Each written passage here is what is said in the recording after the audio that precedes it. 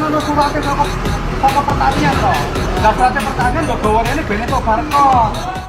Viral video petani ditolak pihak SPBU saat hendak mengisi BBM solar subsidi untuk mesin perontok padi atau thresher di Kalijambe, Sragen, Jawa Tengah. Dalam video tersebut nampak petani membawa mesin perontok padi atau thresher bermaksud mengisi bahan bakar solar, namun mendapat penolakan dari oknum pengelola SPBU dengan nada kasar.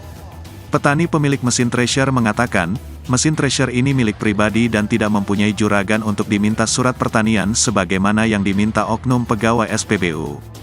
Perekam video berujar jika mereka hanya orang kecil yang tak paham menggunakan QR Code untuk pengisian BBM. Sempat bersitegang dengan pegawai SPBU, akhirnya petani pun meninggalkan mesin perontok padi mereka dengan nada kesal.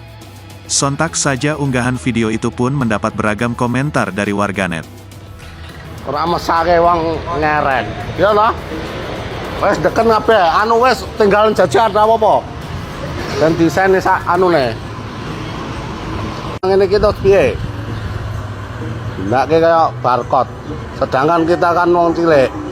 Ora paham kaya ngono kuwi. Pertamina Kalijambe. Terima kasih sudah nonton.